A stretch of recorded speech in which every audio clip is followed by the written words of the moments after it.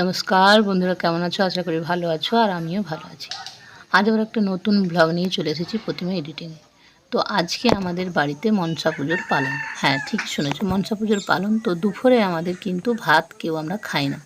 তো সেই জন্য দেখতে পাচ্ছ এখানে ঘুগনির কলাই সিদ্ধ করে নেওয়া হয়েছে, যেহেতু দুপুরে আমাদের মুড়ি, চিড়ে, ফল এই সকল খাওয়া হয়ে থাকে। শ্রাবণ মাসের শনি আর মঙ্গলবার এটা পালন করা হয়। তো বছরে একবার, তো যে কোনো একটা দিন, দুটো দিনের মধ্যে একটা দিন পালন করে থাকি আমরা। তো বছরে একবারই করা হয়, যেহেতু আমাদের চাষবাস আছে, তো সেই জন্য। তো দেখতে পাচ্ছ এখানে খই ভাজা হয়ে গেছে, আর মা করেছে কি ঘুগনিগুলোর কলাইগুলো সিজে গেছে, আর তারপরে সিদ্ধ হয়ে যাওয়ার পরে ছালগুলো উঠে গেছে, তো সেগুলোকে আলাদা করে তুলে দিয়েছে। আর এখানে দেখো আমি করলাম কি বাদামগুলোকে একটু ভেজে নিচ্ছি, কারণ কিছু একটা বানাবো ফার্স্ট টাইম। এর আগে বাড়িতে অন্য কেউ বানিয়েছে, বাট আমি বানাইনি আর কি। তো এখানে দেখতে পাচ্ছ আলু সিদ্ধ করা হয়ে গেছে, আর এখানে আমি বাদামগুলোকে ভেজে নিচ্ছি। তো বাদামগুলো প্রায় ভাজা ভাজা হয়েই এসেছে, দেখতেই পাচ্ছ।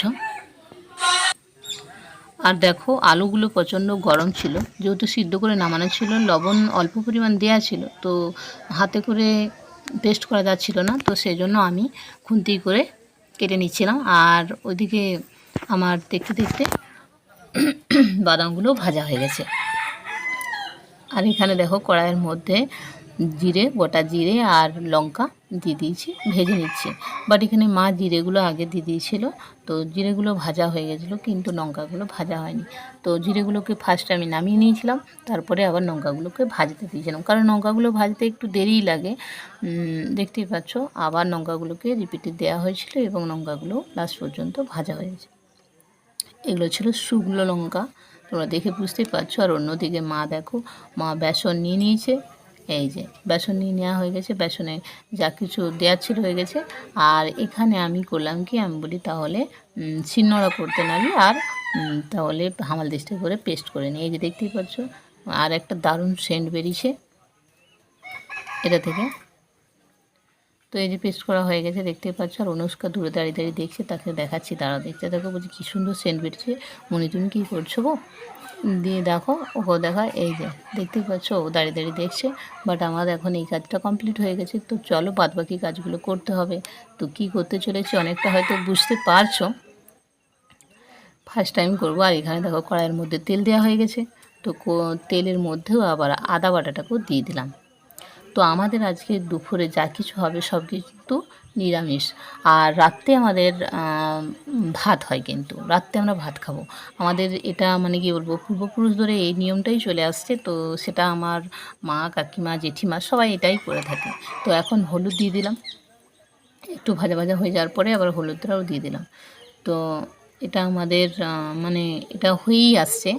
তো আগের বছরও একটা ব্লগ আমি তোমাদের সাথে শেয়ার করেছিলাম, বাট এই বছরও এই ব্লগটা শেয়ার করলাম। তারপরে জিরে কুটো দিয়ে দিলাম। তো কিচ্ছু করার নেই, সারা দিনটা আমাদের মুড়ি, চিড়ে, দই, কলা পাকা, আম পাকা এই সকল খেয়ে থাকতে হয়।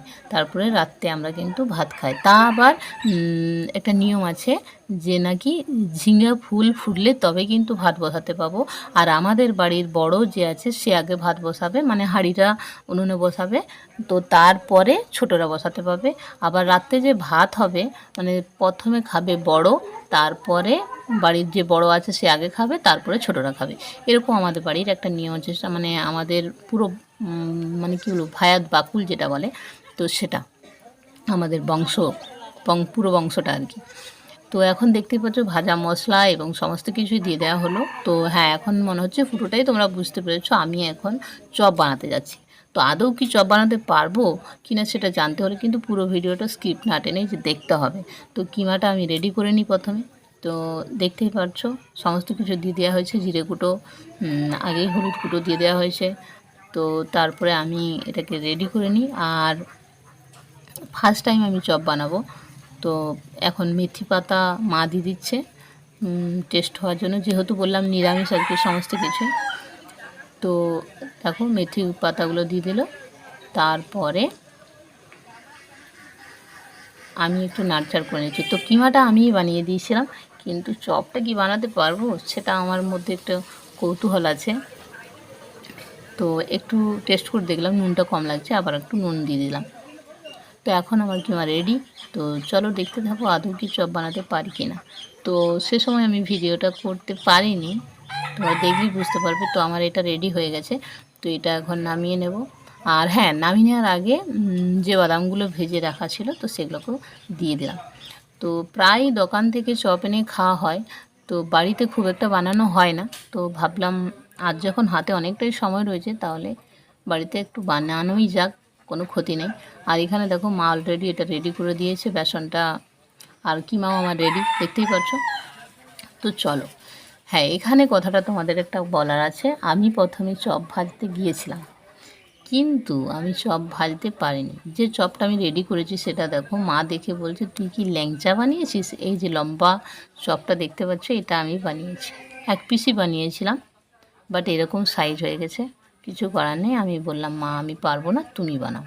তারপরে মায়ের থেকে আমি দেখছি মা কীভাবে বানাচ্ছে, দেখে বুঝতে পারলাম যে এইরকমভাবে বানাতে হয়। তো মায়ের থেকেই সব কিছুই প্রথম শেখা, সব মেয়েরাই মায়ের থেকেই শেখে, তো আমিও তার ব্যতিক্রম নই।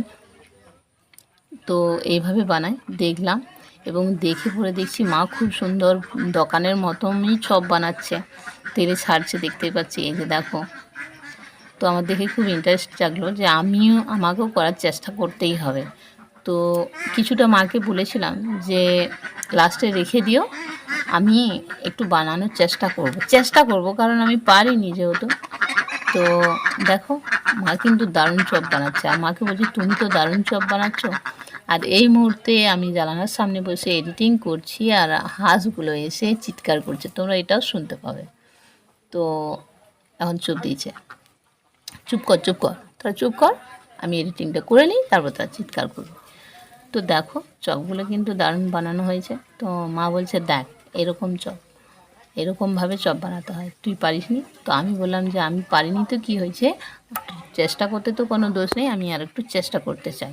তো তোমার বানানো হয়ে গেলে আমার জন্য রাখবে। আর এই যে দেখো দুটোতে তুলনা করে দেখিয়ে দিলাম, আমারটা লম্বা পড়া হয়েছে চপটা, ভালো হয়নি। তারপরে আমি বললাম যে এই চপটা আমিই খাবো।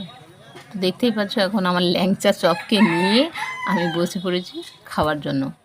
আর তারপরে দেখো দুপুরে আমাদের লাঞ্চে ছিল চিড়ে, খই, দুধ, কলা পাকা, আম পাকা।